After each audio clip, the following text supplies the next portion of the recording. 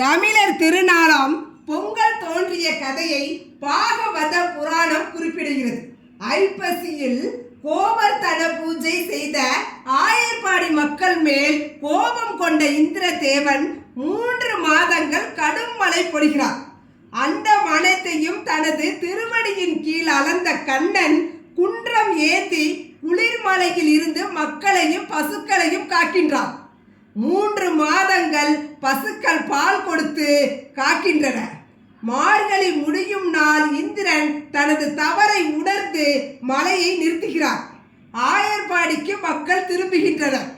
தமது வீடுகளில் மழையால் நனைந்த பழைய பொருட்களை வீதிகளில் தீயிட்டு கொளுத்துகின்றனர். இதுவே போகி பண்டிகை ஆனது. வீடுகளை சுத்தம் செய்து வெள்ளை அடித்து மாவிலை தோரணம் கட்டி அலங்கரிக்கின்றனர். மறுநாள் உலகம் அனைத்தும் காக்கும் கடவுளான சூரிய நாராயணரின் அருள் வேண்டி புது பானையில் மங்களகரமாக பொங்கல் வைத்து படையிலிட்டு வணங்குகின்றனர். மறுநாள் தமக்கு உணவளித்து உயிர் காத்த பசுக்களுக்கு நன்றி சொல்லும் விதமாக விழா எடுத்து வணங்கினர்.